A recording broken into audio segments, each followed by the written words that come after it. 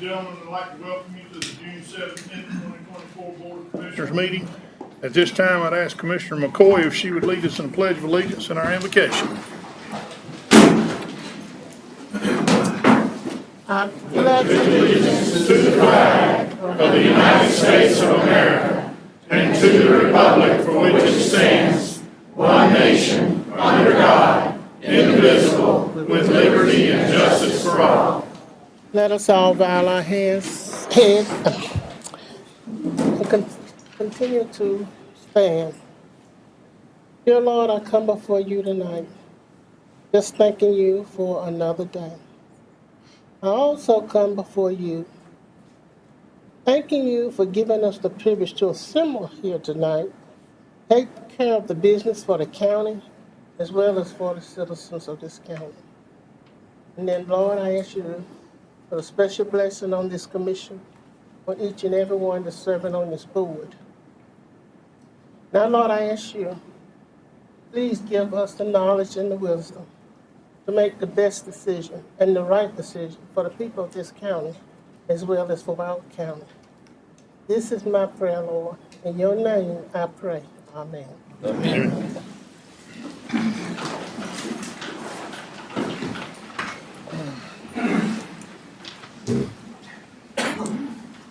All right, this time to consider any additions or deletions to the published agenda. Mr. Chairman, I make a motion we accept the agenda as published. Second. Motion have been made and properly seconded. Is there any further discussion? Hearing none, all those in favor say aye. Aye. Opposed? Ayes have it, Madam Clerk. Thank you. Item number 4, the consent agenda. Mr. Chairman, I make a motion to approve the consent agenda. Second. Motion have been made and properly seconded. Is there any further discussion? Hearing none, all those in favor say aye. Aye. Opposed? Ayes have it, Madam Clerk. Thank you. At this time, item number 5 is a public comment period, and I need to take a couple of seconds here. If you are here for the rezoning issue, this is not the time for you to speak. Your time's a little further down the agenda. This is for general items for the people who have signed up to speak during the public comment period. They have 3 minutes per person. You can only get up and speak one time, not to exceed a total of 30 minutes. 3 minutes. Sir? 3 minutes. Yeah, not all of them together, not to exceed 30 minutes. Profanity and personal attacks will not be tolerated. So at this time, call Mr. Bob Wheeler to the podium.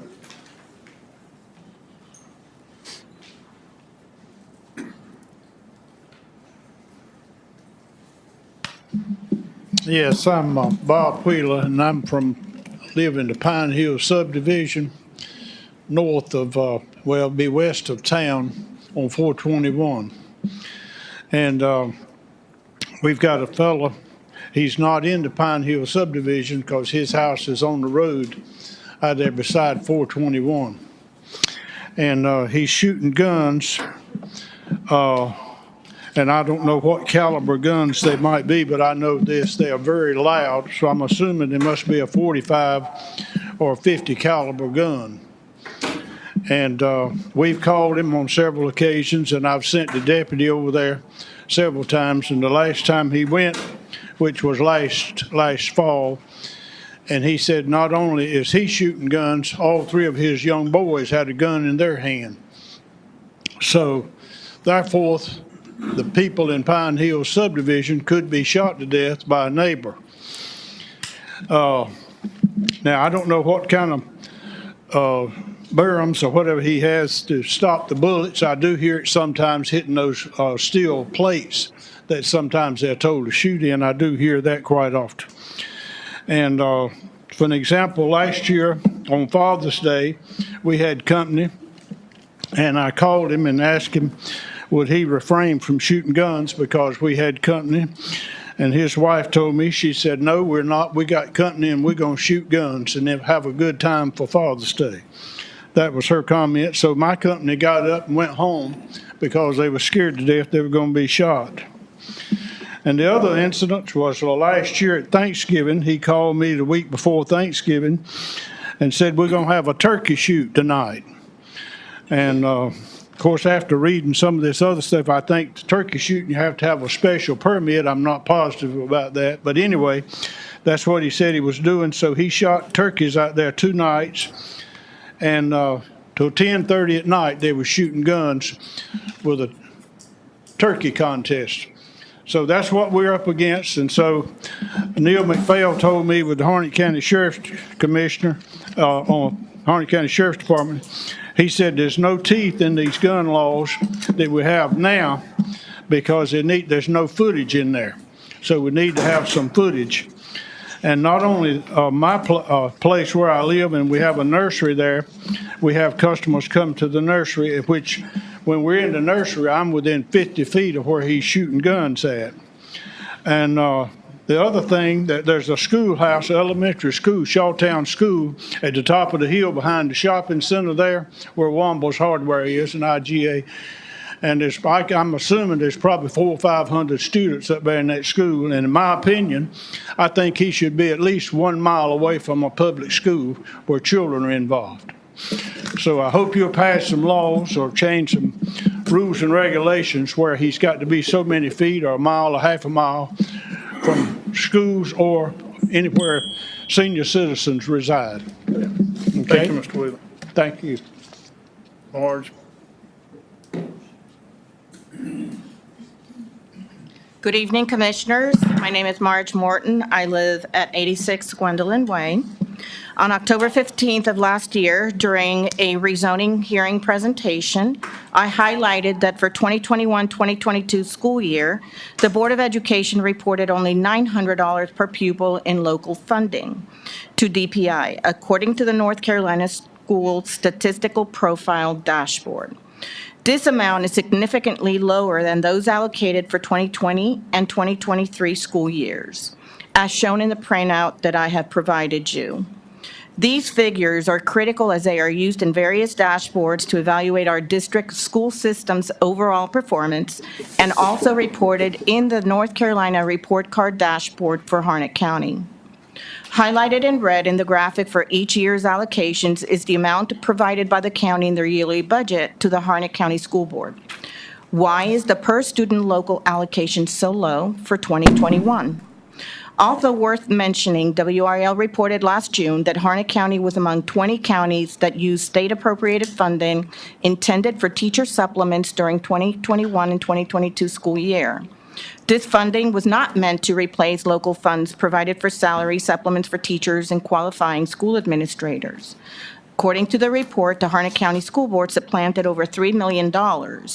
Due to legislative intervention, this amount was not required to be repaid.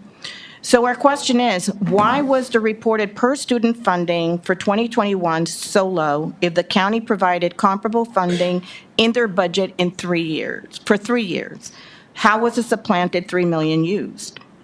Facing a $5.7 million shortfall in low-wealth state funding, an additional $9.7 million requested by the Harnett County School Board for 2024-2025, the taxpayers deserve an explanation.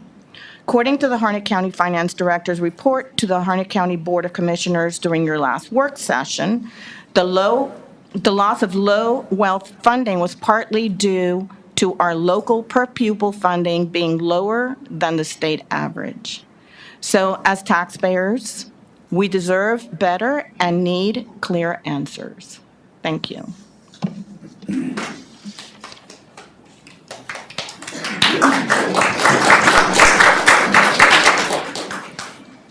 Mr. Joe Langley?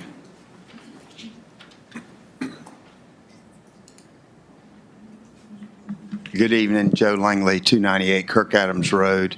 My topic is similar to hers, but a little different twist.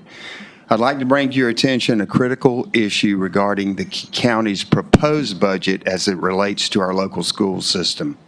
The proposed budget for 24-25 academic year reflects a local per-pupil spending amount of $14,1617. This figure is less than the local per-pupil spending amount from the 2021 academic year, which was $1,469.50, leaving a deficit of $53.33 per pupil. What concerns me the most is the lack of acknowledgement of the impact of inflation. Over the last 2 years, everyone in the county has experienced an increase of 15% in their cost of a living. Adjusting for this 15% inflation since the 2021 year, the amount needed to maintain current spending levels is $1,689.93 per pupil. The county's budget suggests an inflation-induced deficit of $273.76 per pupil. The shortfall is significant and alarming. The missing $273 per pupil represents a retreat from providing the same resources that were available and provided in 2021. Instead of enhancing our students' educational experience with critical resources and support, we are moving backward. Insufficient funding directly affects the quality of education, limits access to essential resources, and undermines the effectiveness of our educational programs. It is our responsibility to ensure that every child in our community has access to the best possible education, which is fundamental to their future and our community's future. If we think of local spending provided by the county as if it were a large pie, we must ask ourselves, are we giving our children a smaller and smaller piece of pie as we move forward each year? Thank you for your attention to this pressing matter. I hope this awareness will lead to a collaborative effort to find sustainable solutions that will support our students and strengthen our community. Thank you.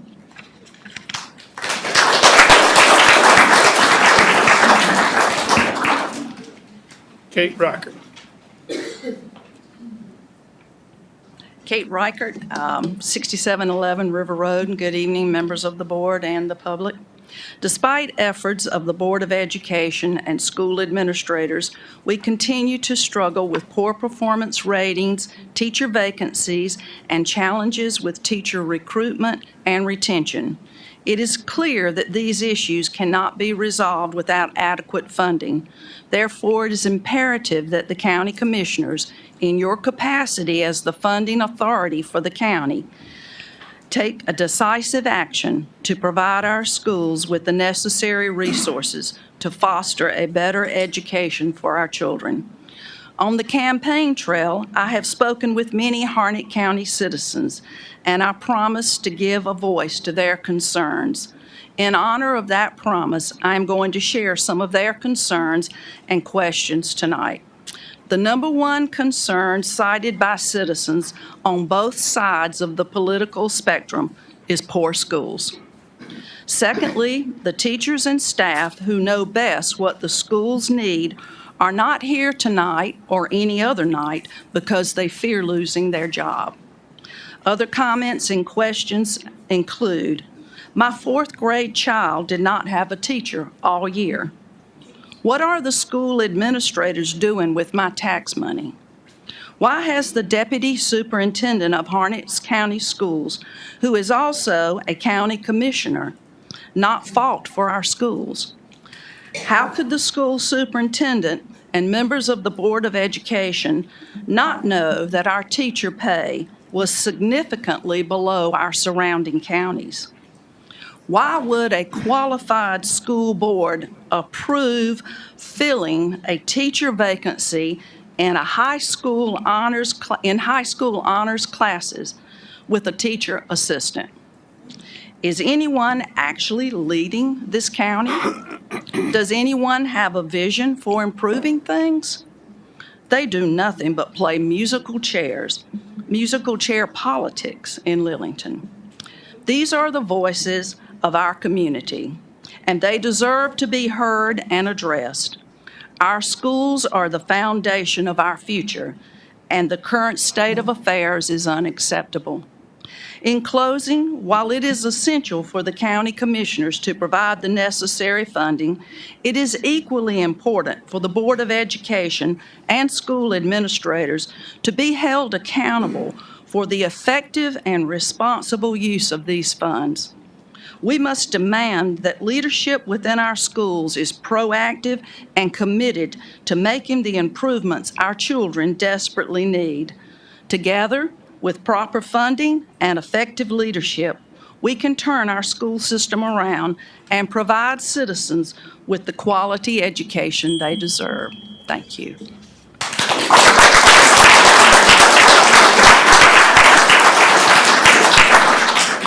Elizabeth Longman.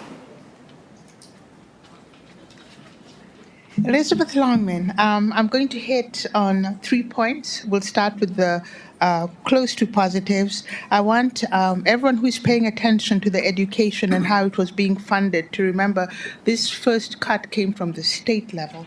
I want you to consider IamKiaraJohnson.com. Please look her up. She's running for NC House District 6. IamKiaraJohnson.com. Also, I want us to consider how much we are using to fund elections in this county. Right now, we are spending in this proposed budget $7.35 per registered voters, compared to the national average of $17.82. We need to prioritize making sure that the Board of Elections has enough funding to handle the added population and conduct elections that are as stress-free as possible to encourage people to come out and vote. That's $7 versus $17. That's a huge discrepancy. Also, I wanted to mention, when it comes to the budget, you're already spending an extra $100,000 and some change funding a hand holder for Sheriff Wayne Coates. You already have him a babysitter in that, whatever, an AUL. I do not know how to pronounce that correctly. You already have him a hand holder of $100,000 plus. Do not commit any extra funds, nothing additional, without some kind of accountability. Clearly, you feel he needs some. You are to the tune of $100,000 plus. Let us get some cameras in there. Let us get cameras in the place where they pull people in. Let's get cameras in the hallways. Let's get cameras in the cell areas, wherever the human rights things say. Don't give him any more money. You already feel he's bad enough that he needs a hand holder. Don't give him anything extra if he will not come up with accountability measures.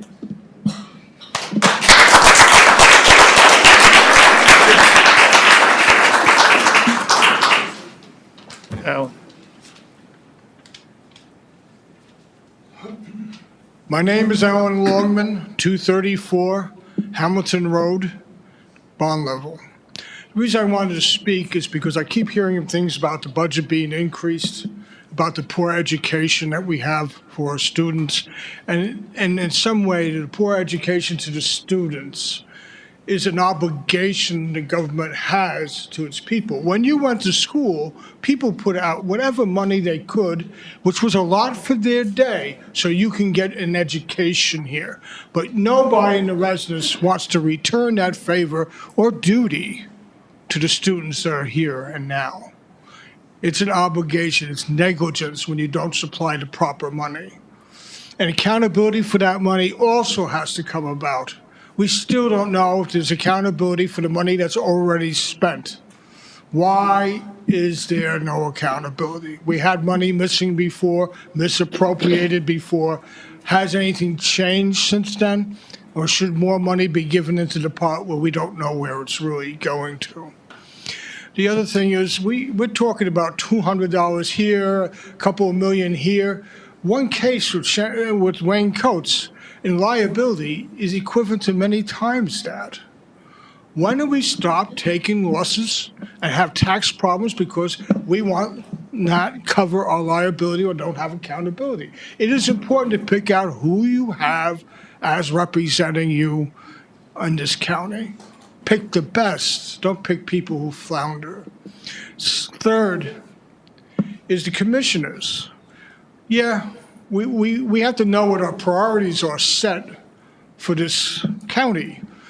I don't think the airport has anything of value really to the community. I don't think the people of this community support it. They have other things on mind, like their education, like law enforcement, like the drug problem they have in this county. There's other things that have major priority here. And we need to address those major priorities properly. The people should be making the stake of what is needed, not the commissioners. And it has to do with more than money, but liabilities. I still think the way the school system's run is negligent. I still think the problems that we have with the jail and with the law enforcement here is negligent. And people need to stand up and say, this is what I want, by voting.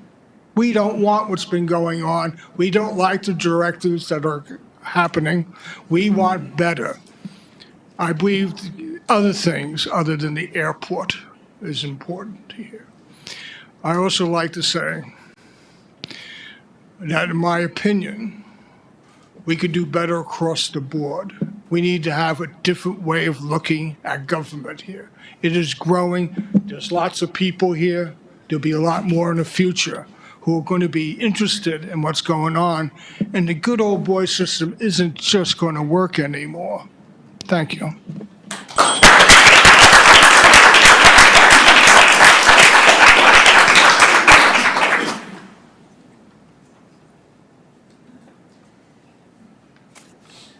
This next name's not very legible. Ms. Scarborough, is that you? Yes.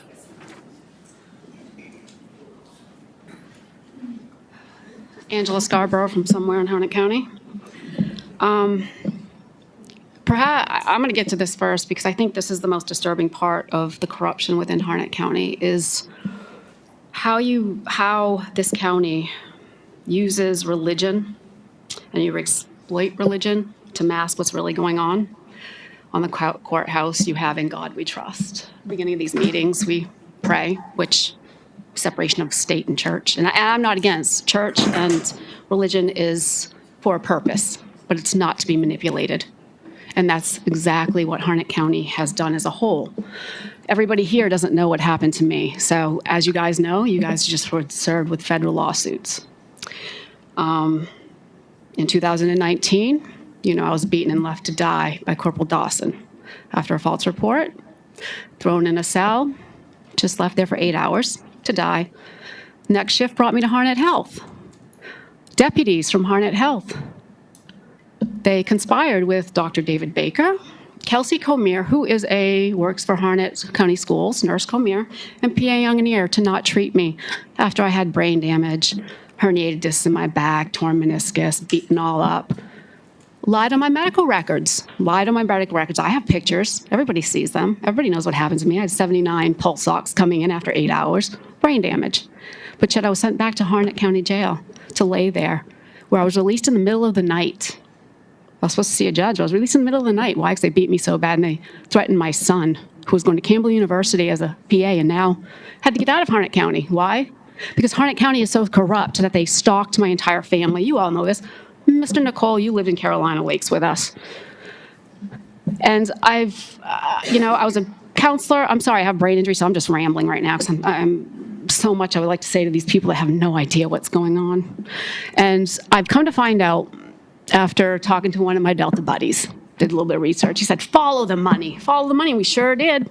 We followed the money. And come to find out, all the Harnett County degenerates, like the one who killed the Finches, the deputy that killed the Finches, the deputy who is a alleged child molester. You guys don't let anybody go until the SBI or FBI step in, and then you let them go. And why is that? Because they know too much. And then you hire the firm, Paris Daltrey is the attorney. And guess who paid off Department of Justice Josh Stein to not investigate all the crimes in Harnett County? Paris Daltrey's father. From Hayes, Turner, and Daltrey or whatever, okay? It's all in-house. The corruption, you can roll your eyes. Corruption's in-house. You work at Harnett. You are a board member for Harnett Health, okay? Instead of sitting here and doing what's right, saying you're Christian and all that, Mr. Witherspoon gaslighting me, lawsuits there for you, gaslighting, calling me crazy. Do what's right. You say you're Christian. Do what's right. Instead of having me tackled and arrested during elections, herniated disc. For what? For telling the truth? I tell the truth because I care about people. Care about people and do your jobs.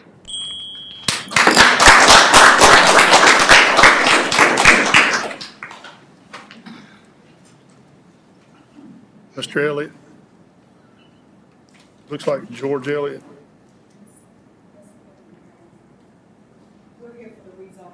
Okay.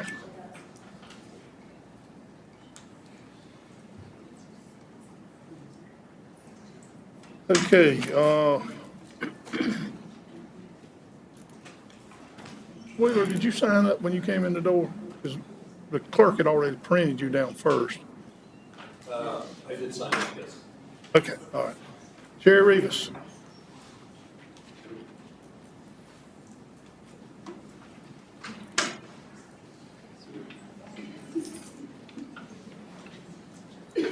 My name's Jerry Rivas. My address is not important. Ain't none of y'all gonna come over and see me. It does my heart glad to see this many people here. You folks need to show up to every one of these meetings and start holding people's feet to the fire. And I would like to know why our department heads are not required to be at this meeting. Where's the Director of Emergency Services? Well, good. It's about time. Where's the sheriff? Some time ago, I asked my internet server how many times the Harnett County Sheriff's Department has been sued since 2010. According to the North Carolina Department of Justice, there have been 1,234 lawsuits filed against law enforcement agencies in North Carolina since 2010. The majority of these lawsuits have been filed against sheriff's departments, followed by police departments and state agencies. The most common allegations in these lawsuits were excessive force, wrongful arrest, and civil rights violation. The Harnett County Sheriff's Department has been sued more than any other law enforcement agency in North Carolina since 2010.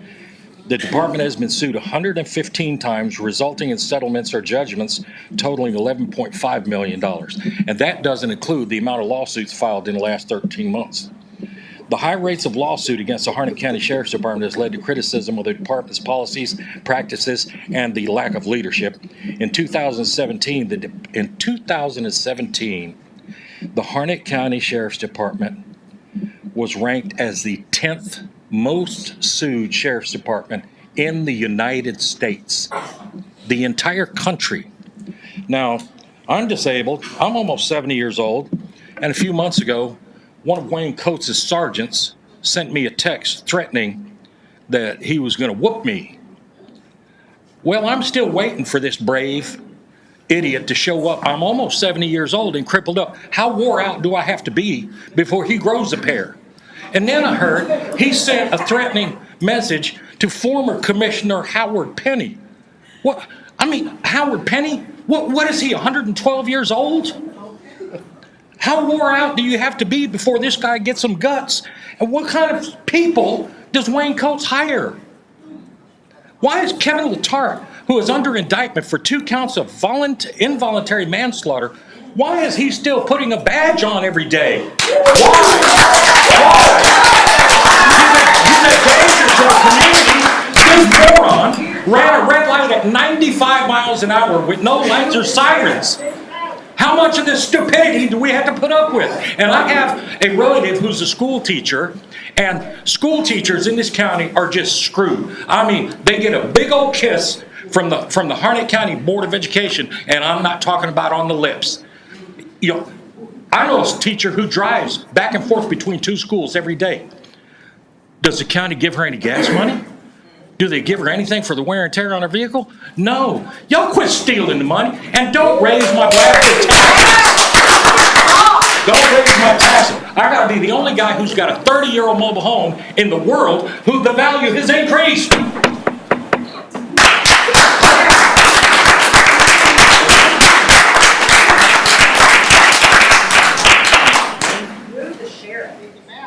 That idiot's name is Wayne Coates. Yeah, do your job. Or show up. Let's come back to order. All right, Mr. Chapman.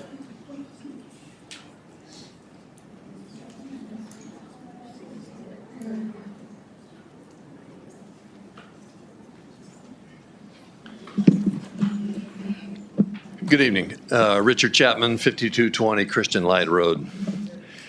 I'm here to talk about the budget for schools and the $5.8 million the state docked our county for being less low wealth than it used to be. In the aftermath was a great hue and cry. We can't afford to pay for schools on our own, we screamed. The formula's wrong, it's unfair. We forgot to mention that even with the cuts, Harnett will still get $8.1 million in state aid next academic year, and that only 9 other school districts in the state will get more than Harnett does. Is that what Harnett aspires to? Being low wealth? A charity case? Is that our goal? To be high on the state charity list year after year after year? To accept C, D, and F rated schools and poor academic performance because we're too poor to pay what it takes to improve and the mean old state just doesn't understand? Is that our message to parents? That we can't afford to fix our schools, so accept it, get a voucher, or leave? And what do we say to children? Sorry, kids. You grew up in a place with poor schools, and if you're poorly educated, that's just tough. How about taxpayers? What do you say to them? Gee, folks, you're going to get a little less in the way of law enforcement, recreation, health, and general services because we had to cut back to remain low wealth so we'd qualify for state aid. The goal of a poor person is to not be one. What's our goal? To stay one? And where's the fury at being on the dole? Shouldn't we be embarrassed, indignant, angry at the results we're getting? The important issue behind all this budget stuff is school quality. It's asking ourselves what it will take to change C, D, and F rated schools into A and B rated ones, then doing whatever it takes to make it happen. There is no reason that a low-wealth county has to have poor schools, none. Between your board and the school board is plenty of brain power and resources to make a difference, to get answers, devise strategy, coordinate, cooperate, in the open, with parents, teachers, and kids participating. First, though, both boards need to get mad as hell, not stay passive, not to be accepting, not to hover at revenue neutrality. That's avoidance, not leadership. And we can't afford to avoid any longer. We owe it to our kids. We owe it to our future. What we are doing right now isn't working. To continue doing it is nuts. Thank you.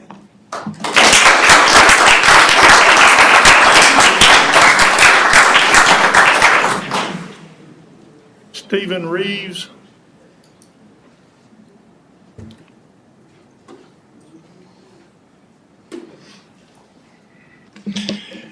My name is Stephen Reeves. I live at 21 Ithaca Lane, Carly Hills, Gate West community. I asked this chamber questions months ago about our specific event. 2 months ago, my wife and I asked the same questions across the table to the county manager. This county seems to care so little for its citizens, especially after a near tragic event. We as a county expect better from our leaders, and I am still expecting answers to my questions in the very near future, and I look forward to actually hearing from the county at some point. Thank you.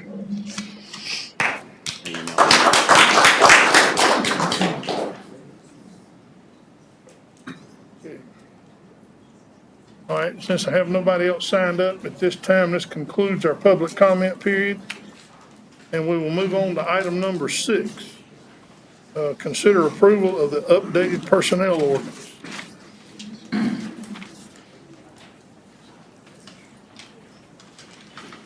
Good evening.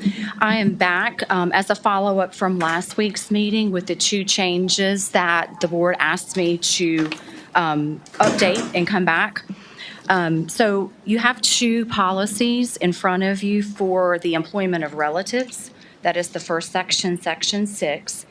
So the first section is section 6, the anti-nepotism policy. So I've retitled that to call it what it is. And so the suggested, or option 1, is to say the purpose of the anti-nepotism policy is to ensure that all hiring, promotion, and other employment-related decisions within the county are made based on merit, qualifications, and the best interest of the county. This policy aims to prevent conflicts of interest, favoritism, and any appearance of improper county practices as it relates to employment. The employment of members of the same immediate family within the same county department is discouraged and should be avoided when at all possible. Such relationships put a strain on the work environment for the related employees and those working with and around them. The next paragraph goes on to say, as an exception to this general rule, members of the same immediate family member may be considered for employment within the same county department where two current county employees marry, or if significant recruiting problems exist. For the purposes of this policy, a relative is an immediate family member includes 3 levels of family relationship, whether by blood, marriage, or adoption. Hiring, employment, promotions, and transfers, it goes on to say, no employee or official of the county shall participate in the hiring process or employment decision-making for a position for which a relative has applied. Relatives of current employees or officials may be considered for employment provided they meet all qualifications and are selected through the standard competitive hiring process. Under no circumstances shall a relative be hired into a position where they would directly or indirectly supervise or be supervised by another relative. Relatives may apply for promotions or transfers within the county, but the same restrictions on supervision and influence apply. Employees may not be promoted or transferred into a position where they would directly or indirectly supervise or be supervised by a relative. Employees and officials must disclose any potential nepotism situation to the Human Resources Department immediately upon becoming aware of it by completing the anti-nepotism exception form, which I believe you have in your packet as well.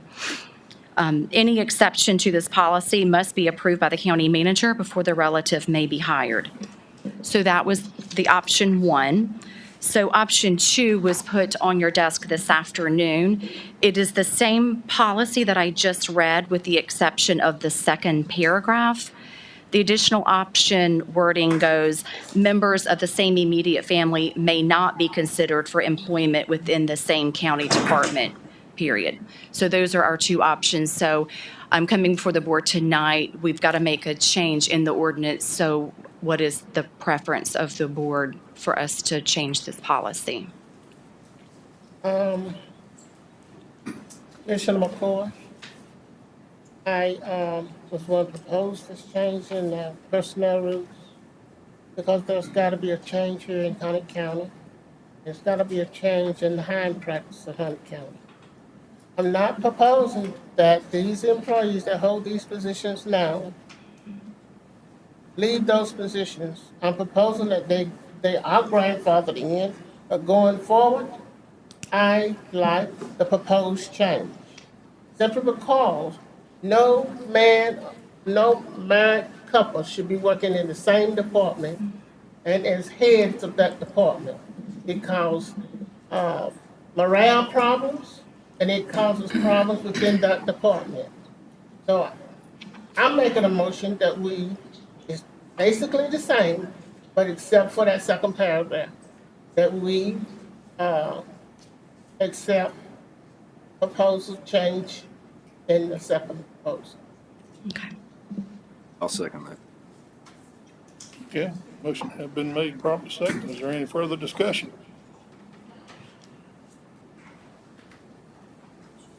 Hearing none, all those in favor say aye. Aye. Opposed?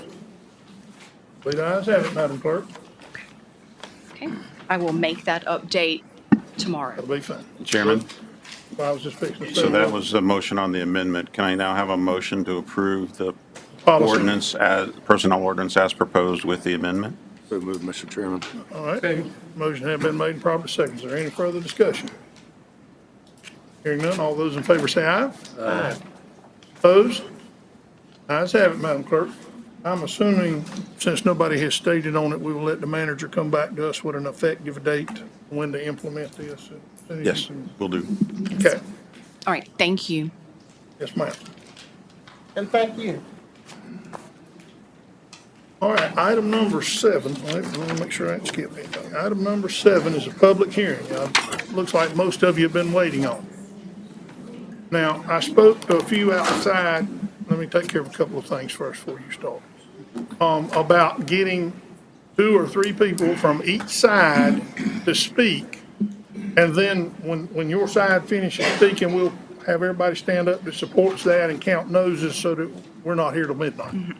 And I'm not going to tell you got to do that, but I would suggest it to you just for simple, make it operate simpler, and you get 5 minutes, where the other hearing you had 3. We decided to give you a little more time. But at this time, the chair will move to go into a public hearing, the requested rezoning from RA 30 to RA 20M zoning district, case number plan 2404-001, applicant George and Claudia Elliott, 10.62 acres with the PIN number, and it's in zoning district, Black River Township, Tyler Stone Drive. Okay, at this time, we'll let you say your part first. Okay, well, thank you, Commissioners, and it's a pleasure to be here before you all tonight.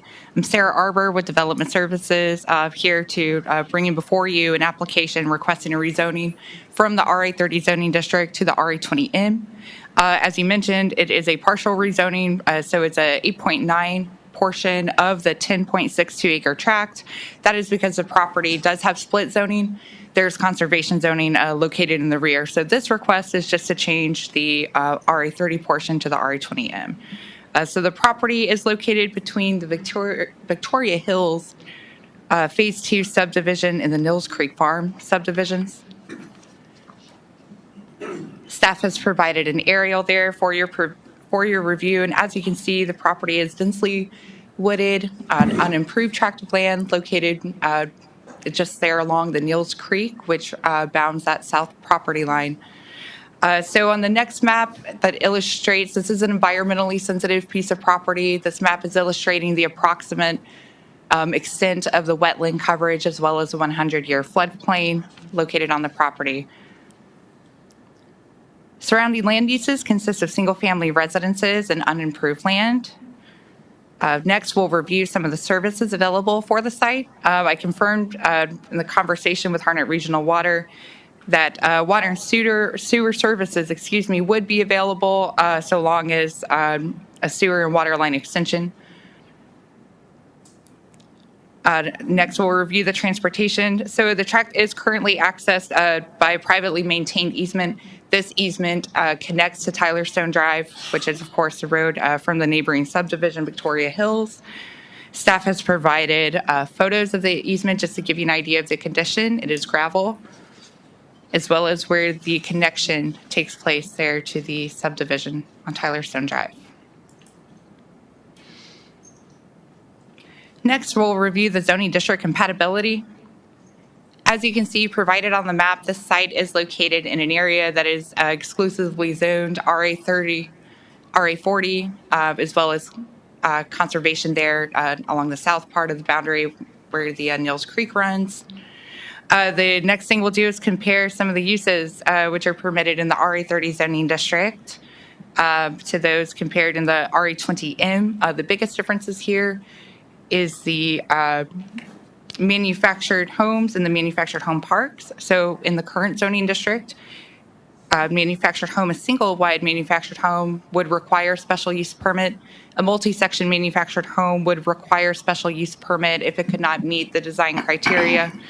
And a manufactured home park would not be permitted within the current zoning district. In the requested zoning district, RA20M, single-wide and multi-section manufactured homes would be permitted outright. And a manufactured home park would be permitted if a special use permit were obtained from the Board of Adjustment. The map currently on the screen is the land use classification map. If you don't mind just scrolling back up for just a moment, I apologize. This would take but a moment. This is just to show this property does have two land use classifications. A majority of the property is in environmentally sensitive areas land use classifications and partially within the medium density residential. Next are some more photographs that staff has provided for your review. There's a photo of the site as well as additional photos of the road and across the street photo. And staff has included some surrounding land uses photos as well. So through staff's evaluation, staff found that the impact on the adjacent property owners would be unreasonable. Staff found that the requested zoning district is not fully compatible with the land use classification. Staff found that the requested zoning would not enhance or maintain the health, safety, or general welfare. And lastly, staff found that the request is for a small-scale rezoning and should be evaluated for reasonableness. So the request to rezone this parcel from the RA30 to the RA20M should be evaluated for reasonableness because the subject property is located in an area which is zoned RA30 and RA40 in conservation, and the requested zoning classification is not present within the area. So at the June 3rd Planning Board meeting, the Planning Board voted 5-0 to recommend denial of the requested rezoning of the property from the to the RA20M zoning district. It was based on staff's evaluation. The Planning Board found the request for the small-scale rezoning to be unreasonable due to the potential impact on surrounding community and immediate neighbors. We did have many residents present to speak at our Planning Board hearing. Much like tonight, the Planning Board did ask the residents to designate speakers, and based on their community or their geographic area, just to make sure that everybody's concerns could be heard there that night. So the residents expressed concerns. There were many, but mainly about the potential impacts of the property were to be developed into a manufactured home park, which is an allowable special use in the requested zoning district. The potential impacts on property values, public safety, the environment, and private property matters as well. So stated in the evaluation, the requested rezoning to the RA20M would have an unreasonable impact on the surrounding community based on the incompatibility of the permitted uses in the requested zoning district with the surrounding land uses in more restrictive residential zoning districts. Staff is recommending denial for this rezoning. Thank you. Any questions from staff before she steps down? Okay, thank you. Thank you. All right, at this time, and let me say this, when you're speaking tonight, we don't want to get into who or why or whatever. We're simply looking to see if this type of home either fits the zoning in the area or it doesn't. Okay? At this time, anyone who is speaking for the rezoning, please come forward.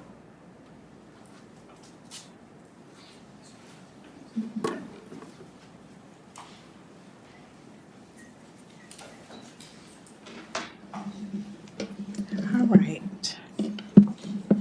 So my name is Dr. Claudia Elliott. I am the applicant for the rezoning. I just want to present a few facts. And I'm just going based off the evaluation. I did attend a pre-development meeting with department heads, which advised that the location was not in the sensitive areas. The area that was in question, or the reasons for the planning department to have their denial, it was not even in question. That was a conservation area, and we didn't even request for that to be rezoned. They looked over the site plan and said the area that the mobile homes, the manufactured homes where they would be located was not in danger. We also were told that there was already sewer, water that's on the property. We would have to get extensions. Duke Energy has electricity that's already on the property. So my thing today is the reasons that they're saying that it should not be rezoned is compatibility. I heard some concerns of some other places of gun ranges and things like that. This is residential. So it may not be, what they consider is, compatible to them, but their concerns, some of the concerns at the meeting was safety. So I want to ask Harnett County, we call it affordable housing for our elderly community. So we want to keep the elderly homeless or on the verge of being homeless versus letting them move into something that is affordable, owned by myself and my husband. This is not a traditional mobile home park. It will be on permanent foundations, meaning that it becomes real property. So we're not renting the lots out. So I understand that Harnett County has not had a rezoning in many, many years. And then I heard, someone else's concerns in here tonight that it's been considered as low wealth. So if it's considered as low wealth, what do you think that a lot of the elderly that has worked that get $10 with food stamps can afford? So versus, the people in the community having what I call, and I'm going to refrain from, I'm not going to do them like they did us, but, we have their community and the things that they were stereotyping because they have low income. You're going to stereotype them and say that they shouldn't be out here because they're considered as affordable homes. This is 11 acres of land. It's not going to be where they could even see it or affect them. I mean, what is the county going to do? What options do you have to offer? We purchased this land with our own money to try to help out the elderly population, and they're opposing it, saying, oh, well, we don't want those type. I want my son to feel safe. I don't understand. Are you kidding me? So what is the county going to do about that? Do you think that's fair? Do you think that's fair? I don't think it's fair. It's not fair to give them something that they can afford versus someone in Harnett County, and I see it on the news, that is living in a tent. Because we want to provide an affordable manufactured home on a permanent foundation because it's within a mile or so of Victoria Hills and that subdivisions. We want to deny them that right. I'm not asking them for any of their money. We have staff to keep that property up. And again, it's not in the areas that would even be considered as a threat. Where that site plan is at, and I have it. I have that with me if you want to see that. It's not included in what we have presented. They presented what they wanted you to see, saying it's not compatible because it causes harm. What kind of harm? What kind of harm is these elderly people causing? I'm getting calls from social services saying, can you help us? Then you got other people that's out here trying to help in the community, other communities, of course, saying, okay, can you house this person? Can we keep them safe? Can we keep them in their county that they pay taxes in for 40 or 50 years? I'm asking the county commissioners for your help. It's me against all of these. They showed up tonight. It was brought to everyone's attention. Where have you been? You showed up. It was that important to show up to kick against affordable housing that you might need one day. You might need it one day. I'm here to help. I'm not here to cause no harm, no disrespect to nobody in here.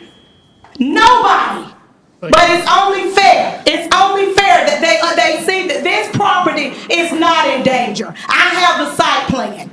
I have engineers that are working for me. Thank you, Dr. Yes.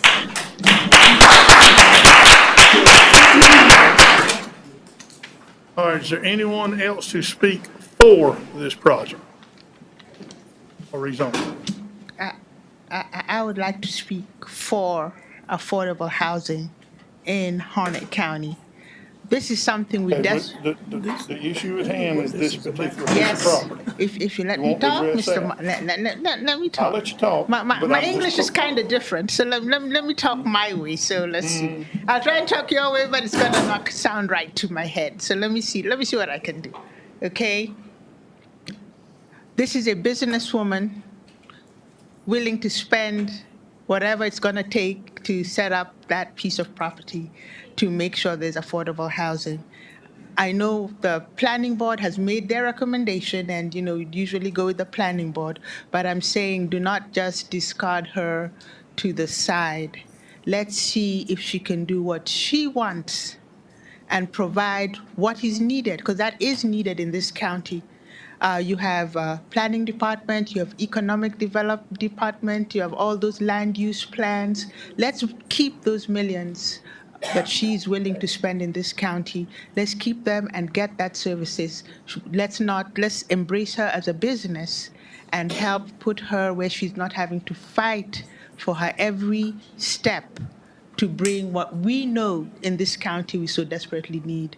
I know there are areas in this county that would welcome what she's doing with open arms. I have had to escort many people who use the jailhouse as a place to sleep, and when you give them a ride back to what they're calling as home, it is a ghost town in the woods.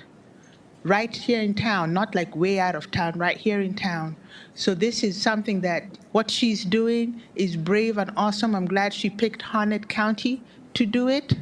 Let's not discard her. We have the departments and the manpower to help embrace that plan and make it happen for the people of Harnett County in a way that will be most beneficial. Thank you. Mr. Morris. Okay.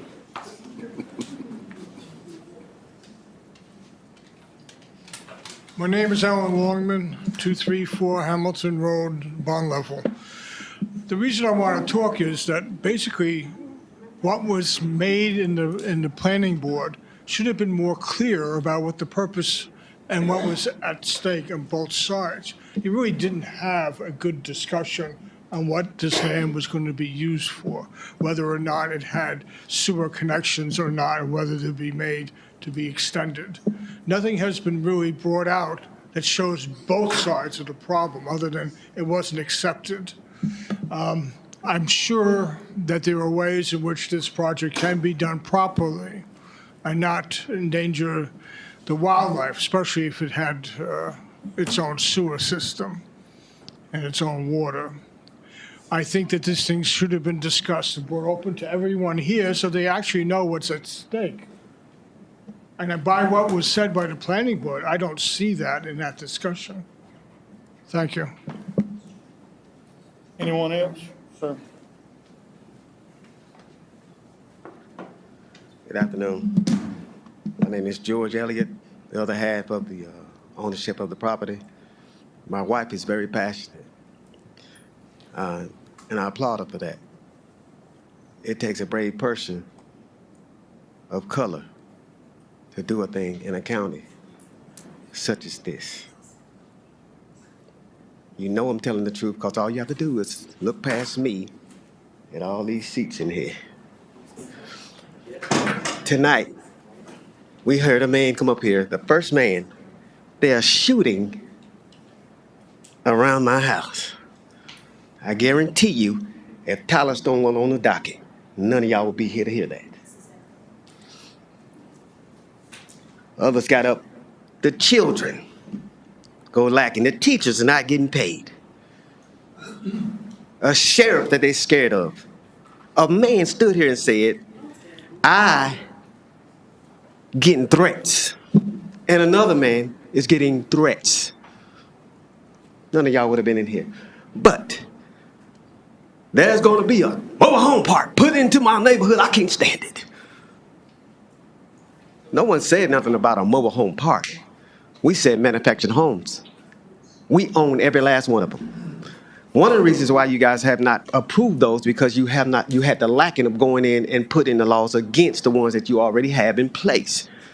Those people come in, every individual person will come in with their own trailer, put it in there, and they're going to do what they want to do. Problem is, they don't own the land. And then the problem is the commissioners do not put upon the people that own the land and say, hey, y'all got to do better.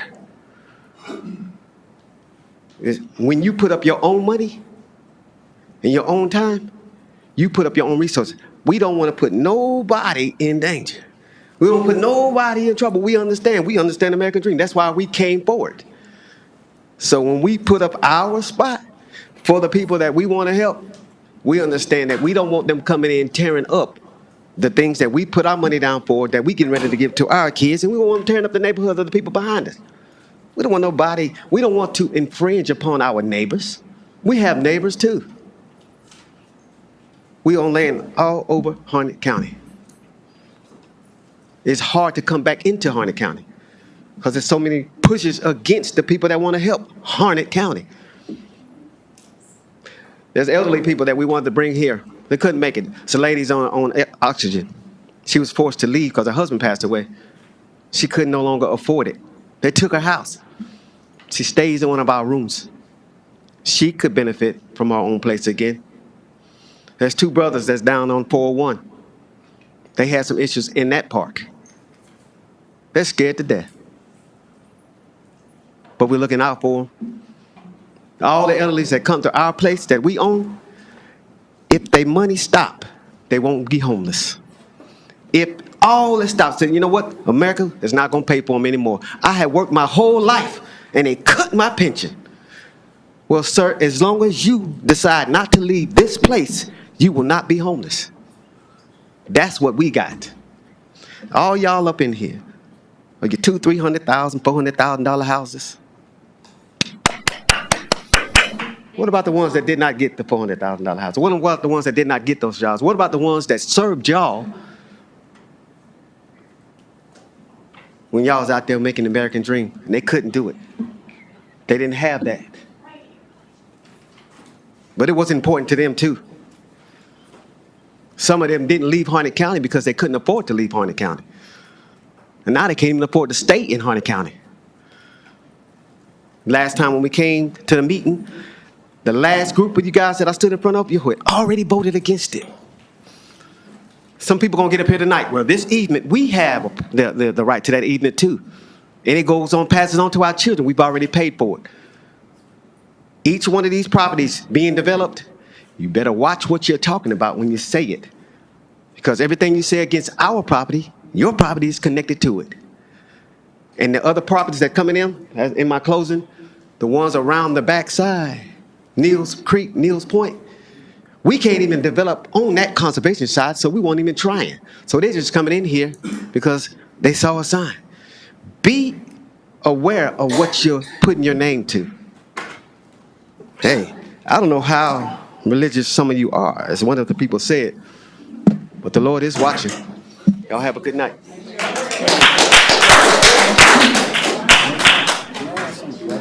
Huh? Can I ask him a question? Yeah. Hold still a minute, ma'am. Excuse me, I've got a question, Dr. Elliott. Now, ma'am, first off, I want to applaud you for your efforts. I understand where you're coming at for,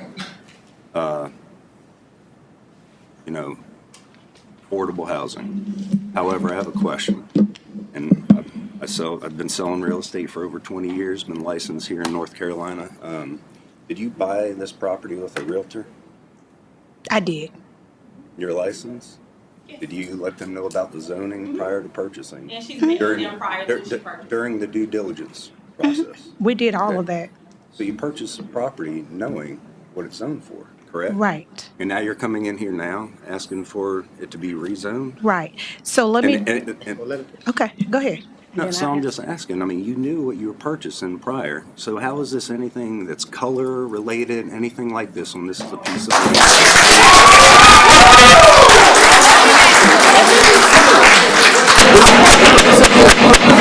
This isn't about anything against you. We're discussing a piece of property here. Yeah. I want you to say what you just said, what you said about it. You brought color into this, and this is about a piece of property. This isn't about color. What color? You said about a black woman getting up here, a black business owner and everything, and people You looking at know, her. you're not. Oh, wait a minute, brother. Oh, wait a minute. You say, come on. Listen Wait. My mic is off. Everybody. Now you said something about, hold on. I want you to be correct, because we're going to get you corrected right now. I want them to hear. Now, you know good and well. Hey, hold on a minute. We're gonna get this meeting back in order. Okay. Mr. Sheriff, come on up here, please. Now, we're gonna have the decorum that this meeting's supposed to have, or Yes. these gentlemen are gonna see some folks out the door. Now, sir, you were asked a question. Right. Please respond to that question. Yeah, yes, I will. But let me ask you something. Are you directly to me or you are talking to him too? No, he asked you a question and you were going to respond, and Yes. everybody got loud, so I gathered Oh, thank you, everybody down thank so you, thank could you. respond. I appreciate that. Now, let's go back to you directly. Man, do not try to placate nothing. Do not try to sugarcoat anything. Don't you dare ever step there with your pompous self to act like there's not a color issue here. Don't you ever do that. Let's do not do that. I don't see color. I'm looking at a piece of property. We just had this fella. He stepped out. Okay. There he is. This man right here. He just said the good old boy network is not working anymore. And I'm Where trying does that come from? Sir, I'm trying to have a discussion No, with I you. want you. I asked Hey, you a simple no, you tried question to play about to due the. You tried to diligence play on to a the property. people. Diligence on a property. You tried to play to the people.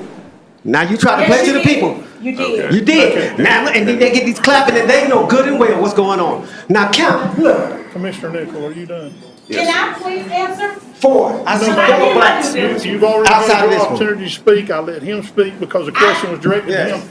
Please He have a did. seat and let the lady in the blue dress back there come I forward. did She not was get next. a chance to respond to him Okay. because I did my due diligence, sir. All right, that's And that's fine. why I had the pre-development meeting. Okay, that's So, fine. and I want everyone in here to know that a manufactured home too can go on that property. Okay, you do not know that with the way that it is zoned. A manufactured home can come in that community. Your point is taken. Have a seat. Okay, but I can't respond to him. Have a seat, Okay, please. that's right. Ma'am, you were the next speaker. Would you like to come forward, please?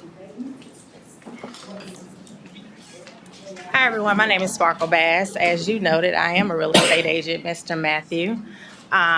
So I did sell them the property, and they were aware of the zoning prior to. They met with the county, and the county told them that they should not have a huge issue with doing what their zoning is planned. They just need to go through the proper channels, okay? The issue here is, I get it. You guys don't want what you're calling a mobile home park behind your neighborhood. I get it. But as a real estate agent for 20 years, sir, you also know that there is a huge issue in our county with the housing for anybody. For example, I think a huge conversation, we all talked about the teachers and being underpaid. Well, I'm working with 3 teachers right now that have pre-approvals for $150,000. They can't buy anything in Harnett County that's livable. Okay, so these are teachers that's been teaching for 15 and 20 years. They are going to be at an age where they're going to be retired and they're not going to have anywhere to stay. As we know right now, Matthew, I know you can speak to this, rent in Harnett County is extremely high right now.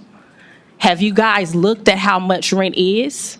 For anyone that hasn't renewed their leases in the last year or two, rent for a 2-bedroom or just say a 3-bedroom, or if you're single, just say a 1-bedroom, is easily $1,000 in our county. And that's not including utilities. So what these people are doing here today, and you said it's not your problem, they knew what they were getting into. This is not their problem. They're not homeless. They have plenty of income.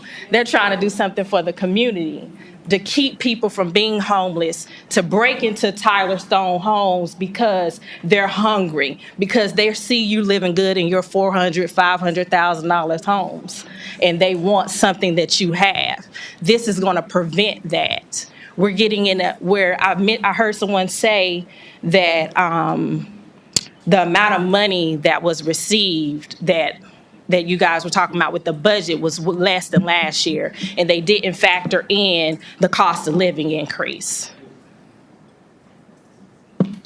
I mean, we're talking about the problem here. We're only here because of Tyler Stone, but we heard it. We can't unhear it now. Harnett County has a major problem, and these people are trying to cut a slice of it and help somebody. No, they're trying to help themselves. Ms. Scarborough, keep your comments to yourself while she's speaking. Thank you, sir. They're trying to help somebody. And yes, the benefit is eventually helping themselves. but we're still not going to take the place of helping somebody. I work as a real estate agent. I make money if somebody buys a house. However, I'm still helping them. Without me, they might not find a house they want. Without me helping the teachers that has $150,000 pre-approval, do you think these big real estate agents in Harnett County is going to work with somebody for $150,000 pre-approval and they know it's no homes to come on the market at that price? No, but I'm still trying. I'm still trying. I'm still going to help them find a house. Miss Melanie here works with the homeless community. She can tell you that right now. She can tell you that everybody that's homeless is not a criminal. Everybody that's homeless or down on their luck is not going to rob you or harm you. What I'm asking the commission to do today is listen, look at their plan, listen to it, and make provisions that will make the Tyler community feel comfortable. Whether it's they have to pave a road, where they have to have a gate, whether, it have to be whatever provisions that will make these people feel comfortable. They've already said they're going to make it where the houses are real property. You and I know, sir, that they're going to be sellable, okay? They are going to have paved roads, that gravel road that nobody wants to drive down. They're going to pave the roads. What other provisions would you like to have where you would feel comfortable with these people being behind you? That's all I have to say today. Thank you, ma'am. All right. At this time, anyone who would like to speak against the rezone, come forward.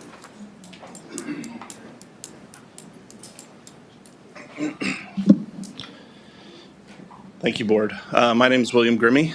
I own 25 acres at the end of that gravel road where I'm constructing the house that was used in the report that the county provided. I actually like driving down that gravel road. I paid $15,000 to put gravel on it so I could build a house. I've also provided access to electricity for all of the landowners that are back there. I've invested a considerable amount of money to build my home. That I intend to build a life there for my children to inherit from me. My 14-year-old son is here with me today, and I'm glad he can learn about this process.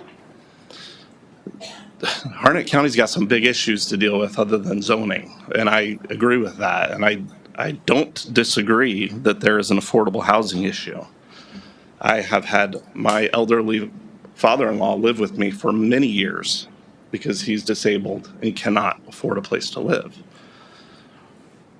I think this issue has been confounded by use, discussion, and by a lot of conjecture on what isn't planned to be done.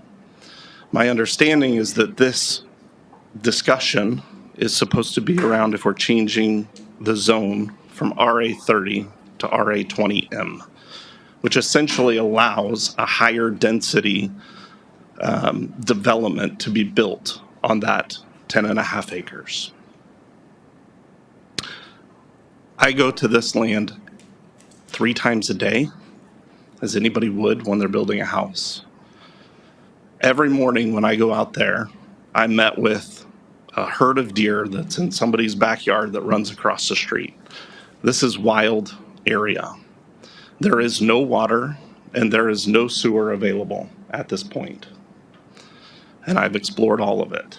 And it's very expensive to tap into the city's utilities.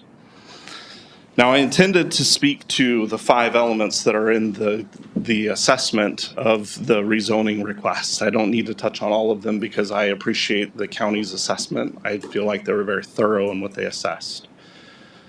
You can look at 2.1. Clearly, the property being proposed is not situated with like categories. We've seen that with the RA 30, RA 40. It essentially would be isolated within there. I can speak to 2.2, which you'll hear from other people more about this. It is specifically asking if this is in the general public interest and not merely in the interest of an individual or a small group. I think we have already heard the interest And you can see the opposition to this. There is a financial impact that would result from this in a negative way. The house that I'm building, I fear, would be impacted financially, and what I give to my children in the long run would be impacted by this.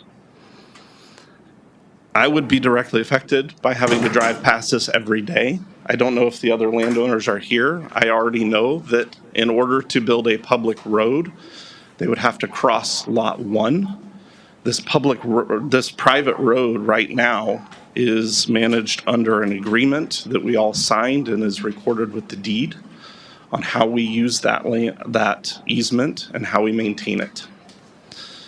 Specifically in that, it states that there is to be a vote amongst the landowners to change the road from private to public or improved private.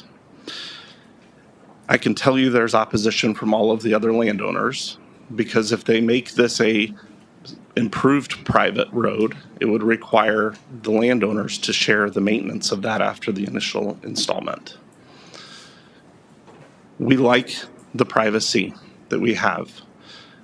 All of the other landowners have purchased that for very similar reasons. And I think that a change in this way to allow this type of density on this type of land goes against what the county has been collecting for the comprehensive use plan.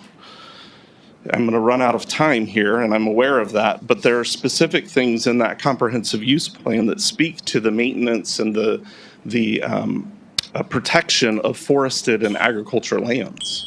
That is what the citizens of Harnett County have expressed in that survey. Thank you, sir. Your time's up. Yep. Thank you. Anyone else to speak?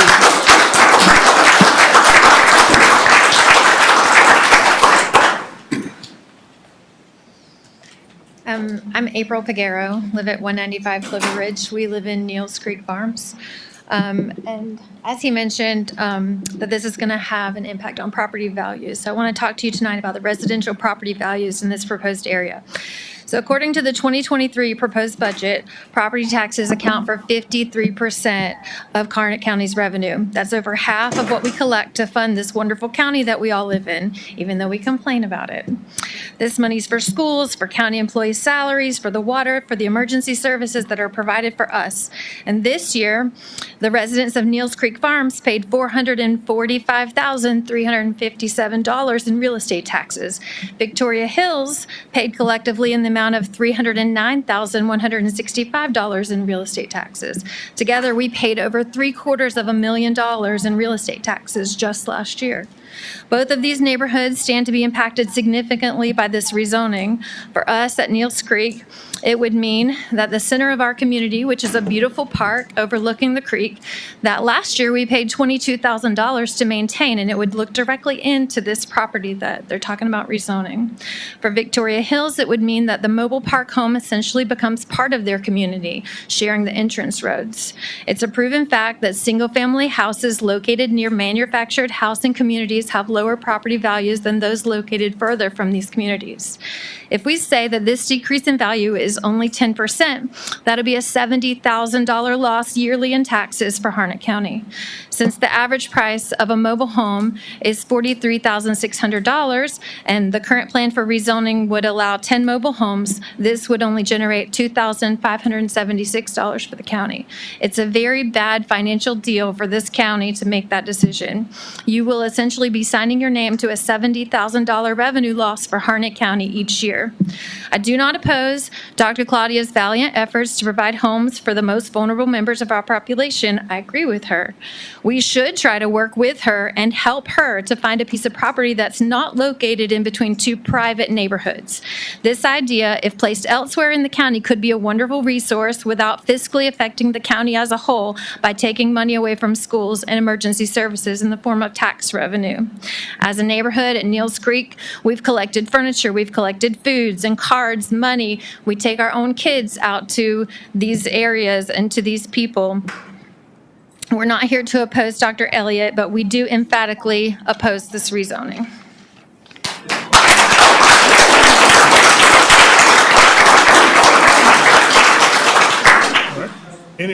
to speak against the rezone?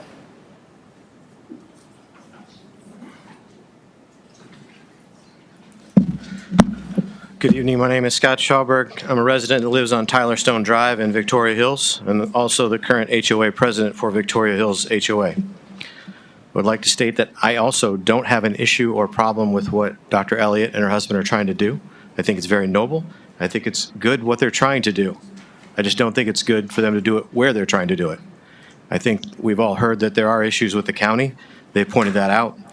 And I think it would be great if the county could work with them to try to find areas that would be suitable for them to build their dream and help out those that are less fortunate and need that assistance. I want to thank the planning board for their time 2 weeks ago, and I respect the fact that the board here tonight is also willing to take time to hear from both sides.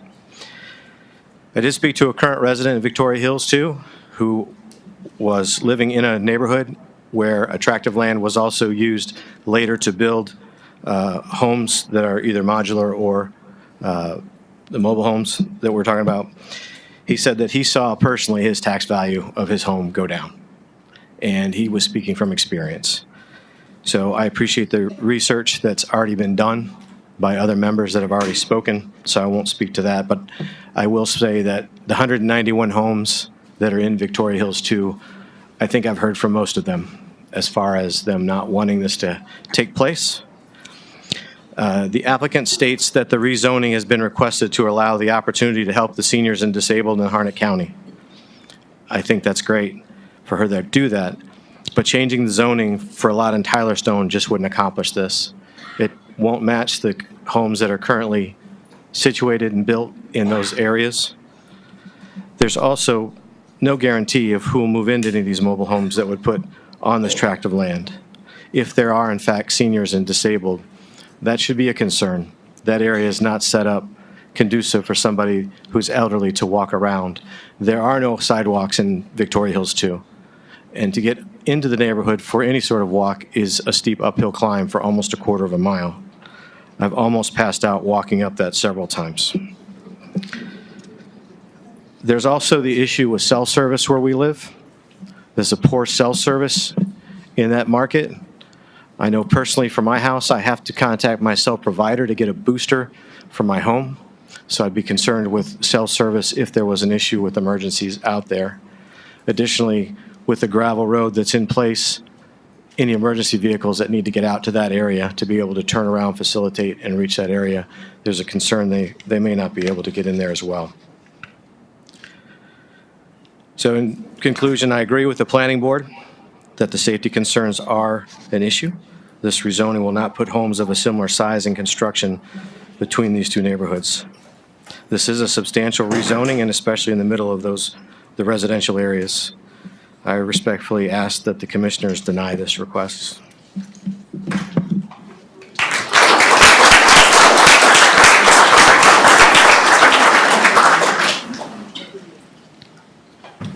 Good evening. My name is Carlos Lopez, and thank you for allowing me the opportunity to speak today concerning the rezoning.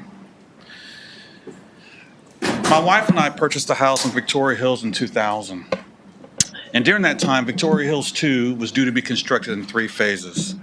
Phase 3 was the area that we're speaking about that's currently going into rezoning.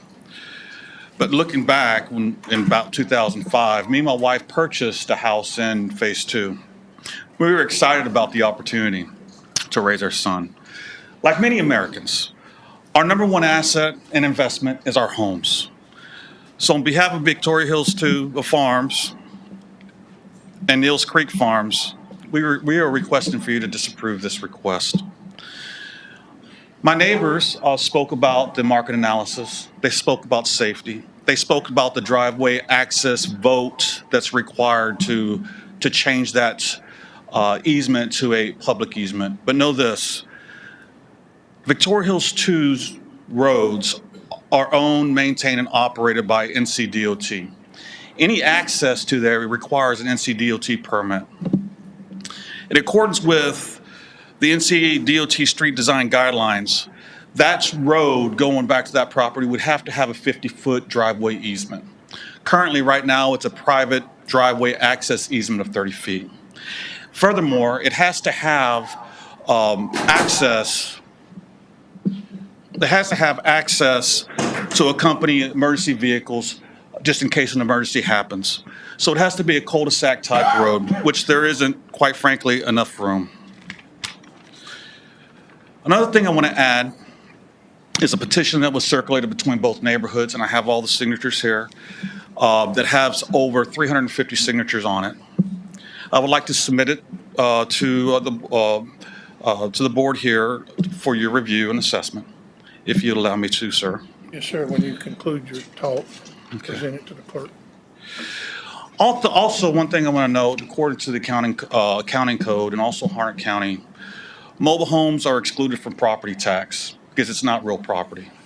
So you are indeed going to drop in collecting taxes to pay for the teachers, to pay for some of the services that are required and mandated that everybody's talking about here today. I know that it was said that it's not going to impact us as Victoria Hills 2, but know this. In Harnett County, all mobile home parks, and I would even argue to say that most of those in the surrounding area, don't utilize an established neighborhood's streets to access an internal mobile home park. It's always off to the side with its own access. In this case, we have the community that's going to be a part of that mobile home park accessing a neighborhood, so it's almost like a neighborhood within a neighborhood. Again, thank you for your time. I appreciate the planning board, the commissioners for allowing me to speak today, fellow Mills Creek, Victoria Hills, and Dr. Elliott and Mr. Elliott. I appreciate it, and I do applaud your efforts. And I'll conclude my presentation. Thank you. If you'll present.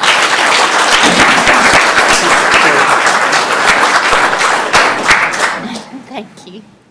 Is there anyone else to speak against? Yes, I'd like to. Hi, my name is Juan Peguero, and I live at 195 Clover Ridge. And I stand opposed to the rezoning. I want to specifically focus on the environmental impact and the flooding, and the impact that'll have on the county, on the surrounding neighborhoods, and also on the new residents that are being recommended to move in. We've been, as part of the board at Neals Creek Farms, we've been directly involved with the Harnett County Soil and Water Department about the erosion that's happening in our trails and the damage that's happening in our creeks. And they have unequivocally confirmed that the reason that this is happening is because of the rapid development that's occurring. So we, as a county, have to be thoughtful about continuing with that development because of the damage that it's causing. Me personally, just to be able to control the flooding and the erosion that's happening on the back of our property, in the last year and a half, I've spent $20,000 to try to do that and haven't been successful. And this is in a land that's not designated as flood, versus what the plan is with this new project. It's directly next to a flood zone, so they'll absolutely have a problem with flooding. And I think my neighbors here could attest that anytime you have a rain, that's gonna occur. And then naturally, the other third concern is what it's going to do with these new residents of these manufactured homes. We appreciate the fact that they do need affordable housing, but if we put them and set them up for failure by preparing this housing in a flood zone, it's going to make it very difficult for them financially through homeowners insurance and being able to preserve any damage that's happening and to control things like mold and other things. So we recommend, and I recommend, that you go with the recommendation of the Planning Committee and deny the rezoning. And as they've said before, I think it's a worthy cause and it's a goal that's worthy of pursuit, but this is not the way to solve that problem. Thank you.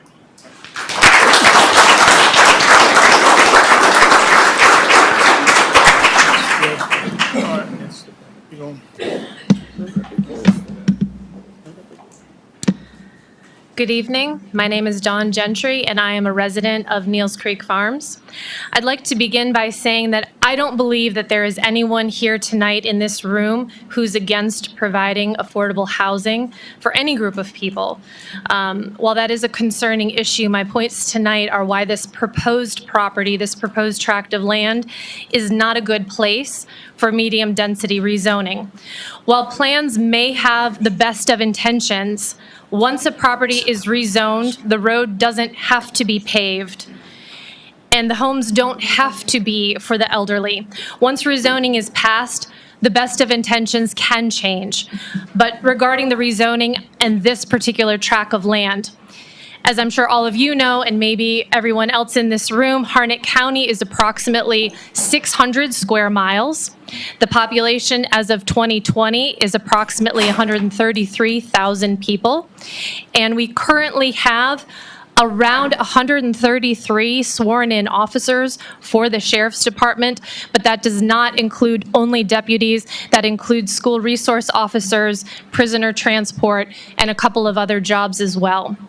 The first problem regarding, again, this tract of land is proper rescue and the emergency personnel and their ability to respond in a timely manner to a medium-density zone currently being proposed to help elderly residents. My father, who had cancer and would fall often, made 5 calls in 1 year alone for assistance to get back up. The rescue personnel were able to arrive quickly because the fire department was down the road. Will these folks who are being proposed on this tract of land and be put into medium-density rezone land off a dirt road receive help as quickly? I would submit not. While I do not know how many deputies are on call at any given time, I would submit to you that it appears we are low on law enforcement for our county, for them to adequately respond to calls in a timely manner. Medium-density rezoning will only add to the stress on our current service members. The second problem is the topography of the land.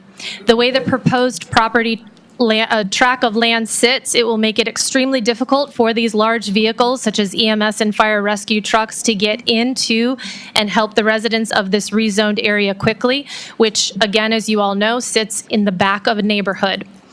The third problem is the proposed rezoning for medium-density housing and development plans are to help the elderly, low-income, disabled, formerly incarcerated, etc. They would need resources that are close by, within walking distance, or served by public transportation, which is not available right now. The location of this proposed property is too far from these resources. The closest fire department is 10 miles away. The closest hospital is 11 miles away. The closest grocery store is about 10 miles away, as well as the closest pharmacy. If the board moves forward with medium-density rezoning, the decision will continue to add to the current problems that our rapidly growing Harnett County faces. We've already dipped into our reserves for this year, and people continue to flow in. It seems that we need to get our own county house in order before we vote on more medium-density housing and construction to be allowed. Thank you.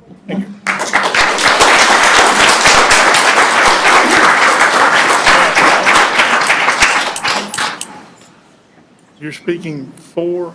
Against. We've already closed the against side. Really, I think people have a right to know what you're Ms. Claudia speaking Elliott against. Oh, I'm sorry. My Against. mistake. I misunderstood what you were saying. Angela Scarborough. I'm listening to everybody here tonight, and people don't know that, okay, so this is not the place for, if anybody knows me, they know I am for the oppressed, I am for the homeless. That's who I am for. And I've had an unfortunate incident with one of Claudia Elliott's homes, okay, where police were called out, where I had to pick up, no, transparency is important. Have a seat. Have a seat. I got a question. No, sir. Have a seat. You've had your opportunity to speak. Sir, have a seat. Have a seat. These homes that they propose as, I don't know if they're residential or what, however, I was on a stroll one day and I picked up a lady. She was 10 miles from the home. She looked like death, actually. She looked like death. She had no water. It was really hot. Picked her up. asked her where she was. She was running away from one of Claudia Elliott's homes. I brought her all the way back 10 miles. This is important because there's no resources. Mr. Nicole, there's no resources for these people. I picked them up, brought them home. Police went into the home, and there were, listen, please listen, there were 7 people living in that home, elderly on the floor, Ms. roaches Scarborough, everywhere. You're going to have to redirect your Okay, comment. okay, I'm sorry. You're going to have to have some pertinent issue as to why this shouldn't be rezoned. We're not here to discuss the operations of their.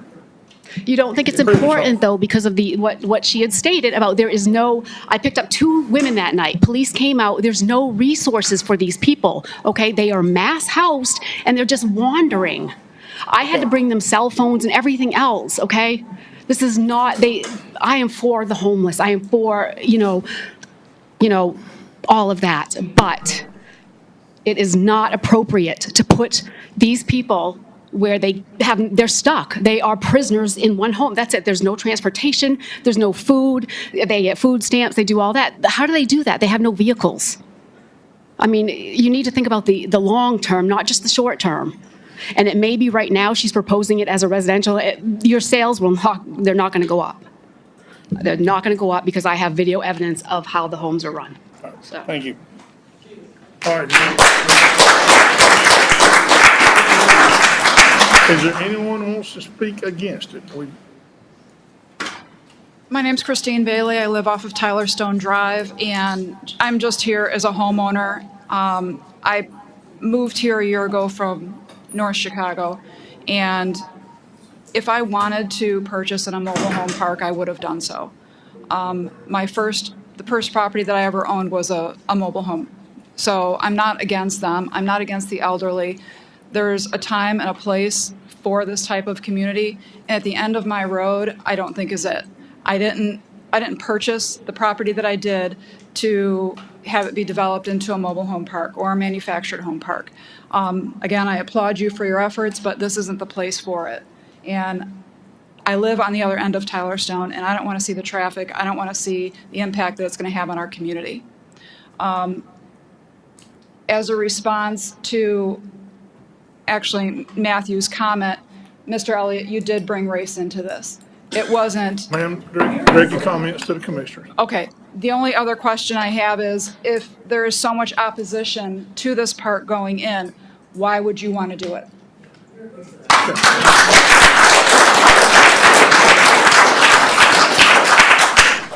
Not seeing anyone else getting up to speak against this. At this time, before we close the public hearing, if you are in support of this issue, of this rezoning, raise your hand.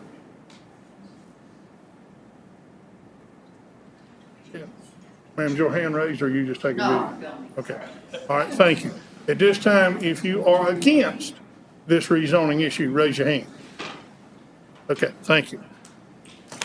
I think at this time it'd be proper to come out of a public hearing. Sound of the gavel, we are out of public hearing at this time. Mr. Chairman, Yes, sir. I have actually been sitting here looking at the property, at the wetlands and the floodplain that was mentioned. It's about, I'm guessing about 75% of the property is wetlands and floodplain.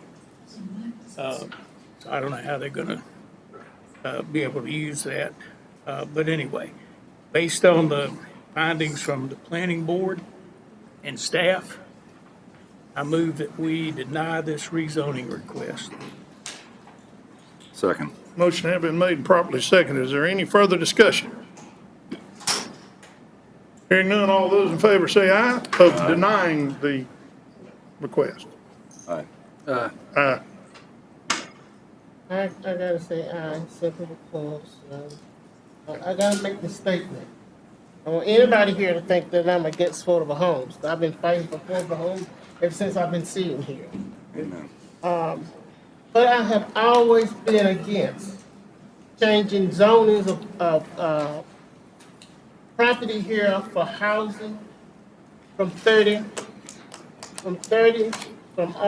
30 to RA 20. And for that reason alone, I've got to say no. I'm not in favor of it, because I would not vote for any of that, changing those zonings.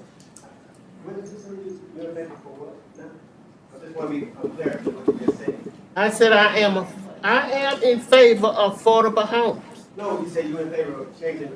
I am not in favor of new zoning any property in this county from RA 30 to RA 20. So that's what the question I like. So you're literally for closing mobile home parks. No, I'm not for it. I'm for it, closing them, and I'm not going to debate this with you. So I'm through with that. I've said and I've made my vote, and that's all of it. I'm through with it. That's not what I'm asking.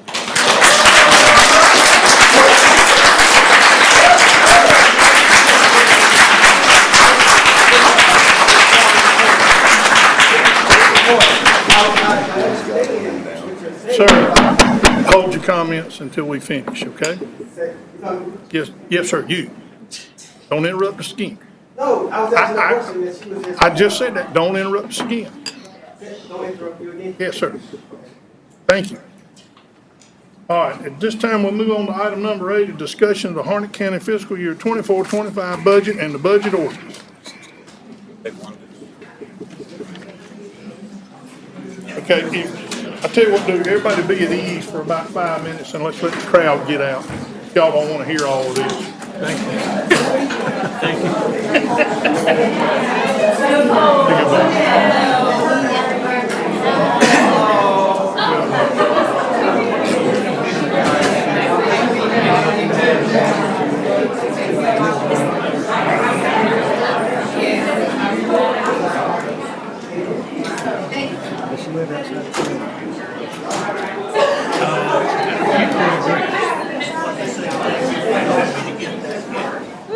To get that one? Yes, sir. You were at the door. I finally caught her. Speed, she was living in my house. Good. After night, excuse me, she had 4. I didn't know that before when she started coming to get me. Oh, wow. I'm glad you got that fixed. Yes, sir.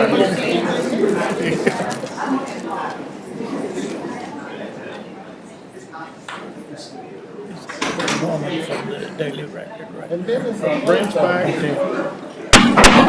Everybody, let's come back to order. We got more business to take care of.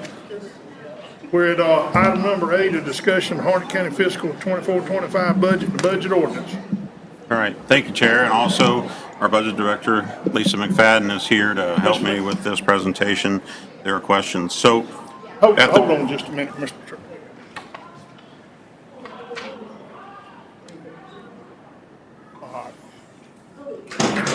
at the request of the board, to look at potential ways to cut the budget in order to be able to reduce the amount of unfunded balance that was utilized in order to balance the budget and providing funds to the school district. We went back and looked at a couple of different options. And so what I have before you is kind of a laundry list of things that we've looked at. And I'll run through them and then answer any questions you may have. So we have an option 1 and an option 2. We feel like the option 1, things that are provided, we feel very comfortable with recommending. So the first one is reducing the amount of funds that would go to the school district from the 5.8, basically you lower that number to 5.3, looking at the school district to cover part of this expense that was an issue generated from the state funding. We also have a list there related to change to the Board of Elections, Parks and Rec, DSS, only purchasing half of the desks that they had requested, having the positions in facilities, tax, Hearts, cooperative extension, and the sheriff department, actually in those 4 positions, having them start January 1 rather than starting at the beginning of the fiscal year. A school resource officer recommending a reclassification of a vacant position with no delay, which would generate a savings of $78,000. We also were intending to use supplanted ARPA funding for a number of one-time expenses. What we're looking to do is remove those expenses, and then we would utilize the ARPA funding that was originally presented for those items to then be used as cash for assisting with the budget. So what that amounts to is a $500,000 reduction in the amount that we would give the school and $521,000 in county cuts. So that generates a little over $1 million that we could use to help not needing to use fund balance. If you look below, there is a couple of other options. If we wanted to go further in our reduction amount to the school, we could say a number is 500,000, so that would reduce that. We could also make the decision not to purchase any desks for DSS, which would save another 73,000. We also have additional ARPA funding that is not obligated that could be used to help the general fund. So instead of using general fund balance money, we would use ARPA balance. So those are the items that I propose, and looking at determining from the board if these are the types of changes you were looking for and support making in the budget. And the next question is that enough, or do we need to look at other options? Do you think it's enough, Commissioner McCoy? I'm asking you as county manager. Say again? Do you, as the county manager, think it's enough? I think so. At this point, I think at a minimum, we need to do option one at a minimum. I do think that option two, especially the use of additional ARPA funding, is very reasonable to consider. Whether or not we feel comfortable reducing the amount that we give to the school district, that's another decision. And I say this all with the guidance that's been given related not to raise property taxes. And we all know that is an option, but at this point, that's not been presented by the board. So we're going down this route, and I think that it provides the school district a great deal of the funding that this is a 30%, probably 25% increase in funding to them from us. Now, granted, they're losing 5.8 million, so this isn't a 25% increase in their overall budget. It's probably more like a 7 to 8% increase in their overall budget from what we provided, what they have had in their budget from before because of the loss of funding that they have from the state. So it provides more funding than they received before, and we're making up the lion's share of what the state took from them based on the formula. Another question I would like to know, what on that opera funding list are you taking away? It's funding, this will exhaust, basically pretty much exhaust the ARPA funding that we have, which is okay. The intent when they provided us this funding was for it to be spent by 2026, and so we're doing that. Granted, the supplanted funds that I'm talking about using did not have a actual legal sunset date because they had already been accounted for because of lost expenses and revenue that we had back during the pandemic. So those funds are available to us, and I think that given this emergency, we can use them as emergency funds to help to not have to take down the actual general fund balance as far, and it gives us some time and gives us a little leftover fund balance if we have this same issue occur in the following year. Mr. Trout, if I understand you right, this ARPA funding is capital projects. You can't supplant the budget with it. You've got to use it for these type of one-time dead-end expenditures. Well, portion of it is yes. We already have a list of projects that are specifically ARPA related, according to the law, eligible projects, such as the wastewater treatment plant, the Viper radios that we did. That 16 million had to be spent on one-time type of construction projects. The other 10 million, which is the money that I'm proposing to utilize, it could be used in any way we want it. Could be used for salaries of employees, could be used for one-time expenses. We typically try to use them only for one-time expenses, but in this situation, I think it warrants us utilizing that funding to help us through to the next year.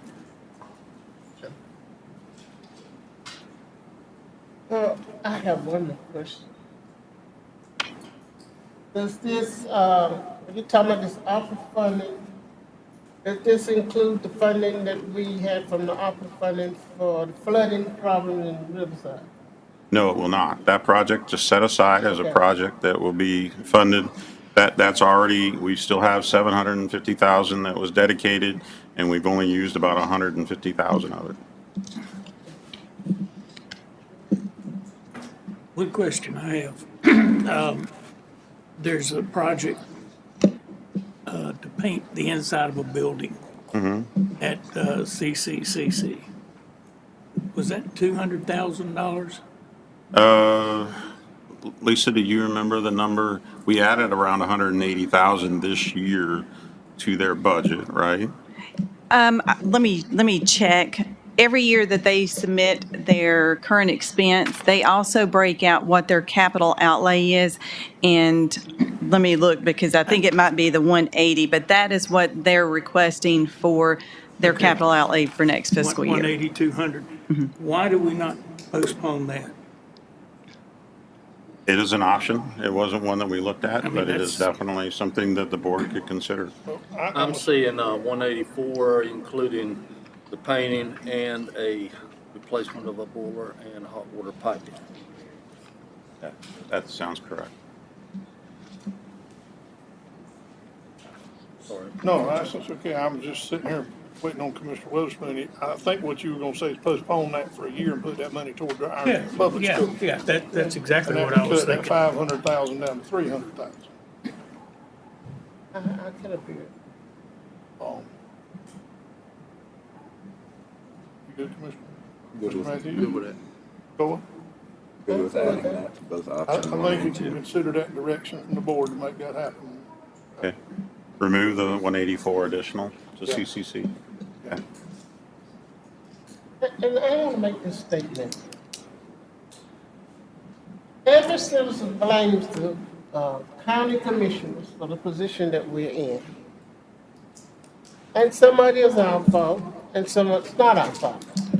Why is it that no citizen comes up here and address the fact that the state legislature is putting more money into the private schools than they are to public schools? That's what I don't understand. I mean, I think we as commissioners are doing the very best we can to provide funding for our schools to the best ability. Because you know, my kids graduated here, and my kids got good quality education because they don't ask us for nothing. Because of the education they got, and they furthered it on to the college education. So we can do this. Hunter County school system has got to do better. That's all I'm saying. And it's coming from me, not from anybody else up here. But the school system has got to do better, and we have got to have more accountability for what they're doing. And that's, Commissioner Mr. Coy, Matthews, I'm sorry. Commissioner Coy, I agree with you. However, if you look at the proposed House budget, there is significant raise, money set aside for raises for school teachers, restoration of master pay for teachers. Senate stopping it. They're holding it up. So, for whatever it's worth, Well, contact your senator. at the end of the day, people of this county elected a board of education. We're responsible for the funding for that board as much as reasonably possible. If you have a problem with the operation of the Board of Education, let's see Dr. Fleming. And I'm as interested in it as all of you are. I've served on that board. But this board can't decide policy for the Board of Education. That's true. You're right. No, ma'am, they're an elected governing body to themselves. But anyhow, let's get back on point. The, We got to do this. where are we at? Can I come back to CCC real quick? Yes, ma'am. I just pulled their budget request, and for capital, they had requested $150,000, whereas last year it was 130. And that 150 is for capital expenditures for the replacement of a boiler and related hot water, along with the piping and the painting of the interior of the Etheridge building and the Mariella building. So they didn't break out the cost of that 150 as to painting versus the hot water heater. And the additional 34,000 was for the current expense increase. Well, I think what the board had decided here a while ago was that whole 184,000. Right. So just no current expense increase for the board, or are you just holding them same from last year? And redirect it to the public schools. Okay, That way that $500,000 figure in there now is somewhere 300 and some change. okay. Put pennies in the pot and they eventually add up. Okay. All right, we'll get back to the budget. What's the pleasure of the board? Both of them. Sir? Both. Well, what he's giving us proposed budget revisions, I think what we need to do is give him some direction as to. Yeah, so I can do both. to simplify this, is everyone okay with option 1 plus reducing the amount that's to the community college? Instead of the 500,000 to the school, we would only reduce it by the amount not covered by CCC? That sound accurate? Good with it. Correct. Yeah. But the consensus of the board is Okay. that. Now, do you need a vote on that? Nope, because we'll prepare it and you'll have the opportunity to vote on it at the next meeting. Okay. So then, next, to break it out, are you okay with the last option on the page, which is an additional 500,000 from the ARPA funding towards reducing the amount out of our general fund? Anytime we can come up with money to keep digging into our savings account, in my opinion, is a good idea. Okay, so we'll do that one That's too. just mine. I'm assuming everybody goes along with that. I totally agree because, you know, we need that fund balance. Anything, do we want to reduce any more what we're going to give the school system, or we hold at this point using fund balance to make up the rest of the budget shortfall? Well, there would be about 300 and, let's say 40,000 left of that 500,000. And I'm waiting to hear Miss Kimberly speak up down there. I'm sure she got it tucked away somewhere or. Okay. If you can find some more to reduce that, I would like to see that. I think everybody. So not take any further reductions on what we provide to school is what I'm hearing. Okay.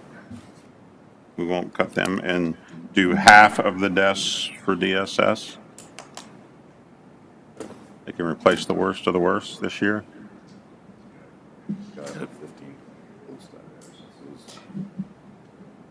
I'm good with whatever the rest of the board wants to do.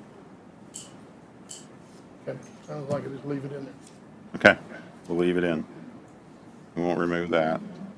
I think that answers the question. So what we'll do is, I appreciate the guidance. That allows us to be fully prepared for the meeting on the 25th.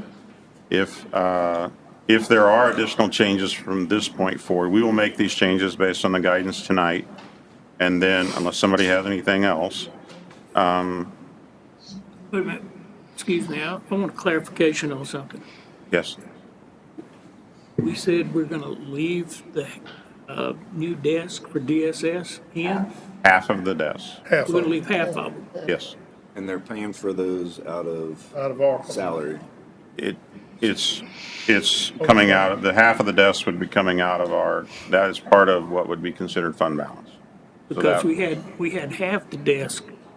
We removed half the desks, and then At I'm asking whether At you want- 73,000, 74,000. Right.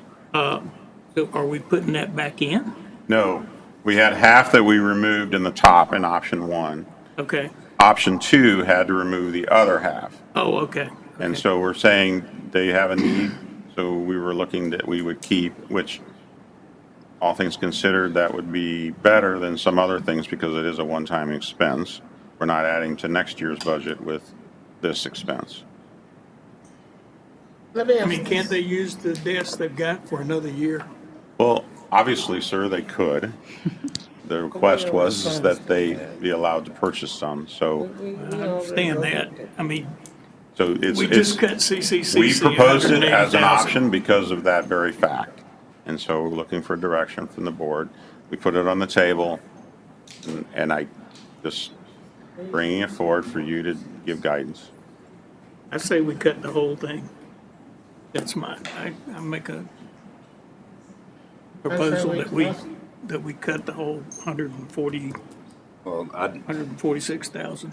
I would say going over there and seeing the tape on some of their desks that are holding things together, I really think that this would be a very, very small drop in the bucket towards a department that doesn't really request a lot. They always seem to get the shaft even though they're doing the most, and we typically don't have any problems out of that department. For retention-wise, anything, spending $73,000 on half their desks, hopefully to build a little bit more morale.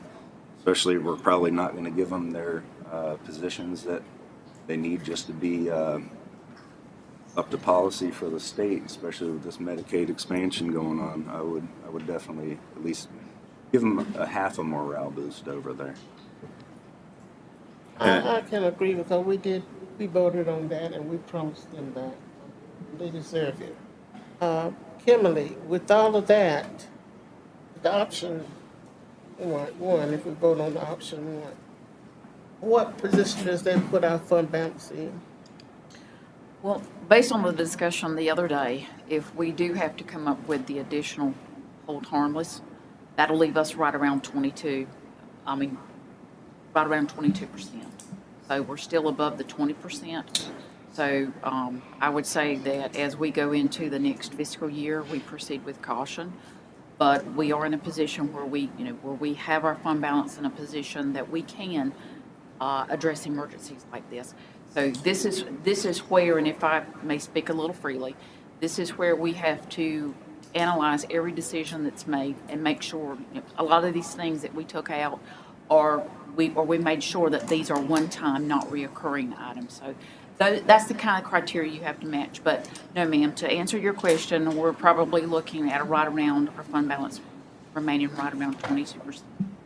I think that can be sufficient for us right now, but even though you have suggested that we increase the fund balance, and I say that we have to keep it in a stable position because there are so many I was getting ready to say. weather disasters happening around this world now and in this country. But we don't know what's going to happen here in Harnett County.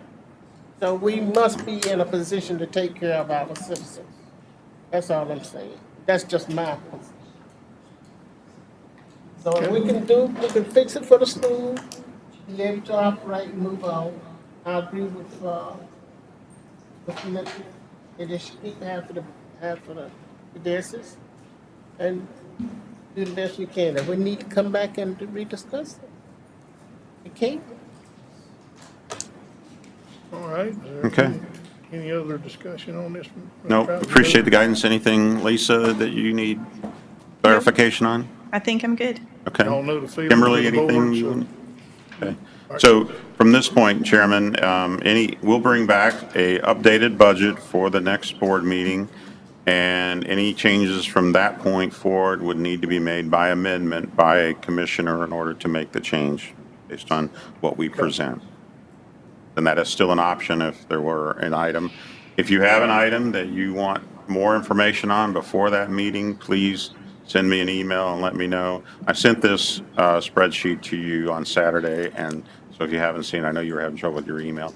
So it is in your inbox if you haven't had a chance to review it. Right here. So, thank you very much. I appreciate it. Okay, county manager's report. We've already covered that.